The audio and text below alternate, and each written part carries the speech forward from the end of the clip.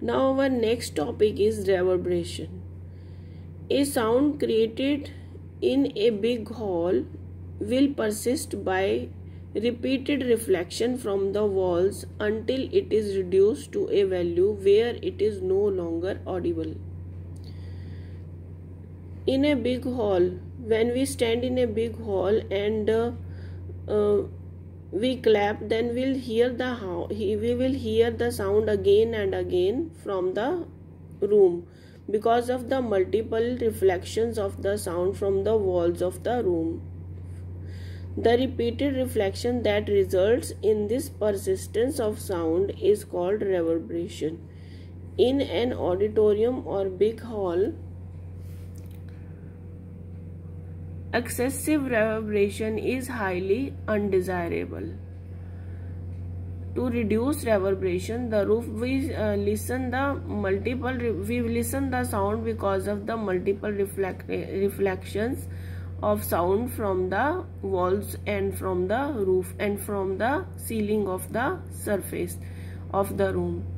And we cannot hear these sounds separately. Even there is a overlapping of the sound in between the different reflected sounds. Therefore, this reverberation becomes highly undesirable to us. To reduce reverberation, the roof and walls of the auditorium are generally covered with sound absorbent material.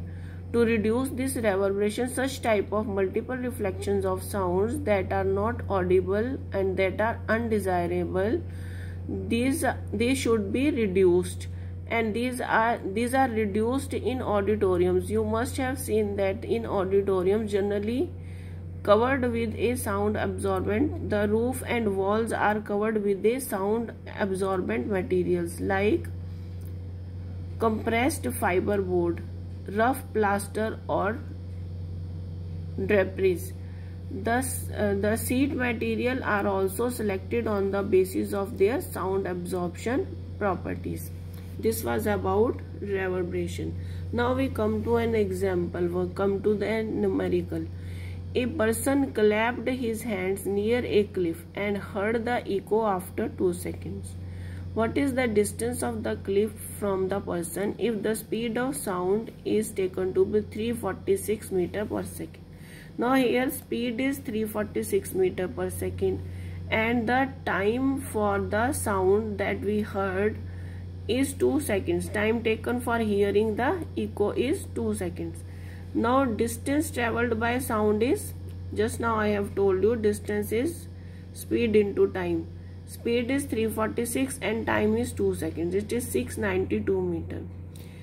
In 2 seconds, sound has to travel twice the distance between the cliff. Just now I told you that the sound traveled from the person to the cliff and then back to the person. Therefore, this is the twice of the distance between the cliff and the person.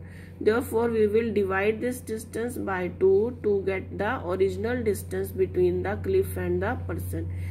In 2 seconds, sound has to travel twice the distance between the cliff and the person. Hence, the distance between the cliff and person is 692 divided by 2. That is 346 meters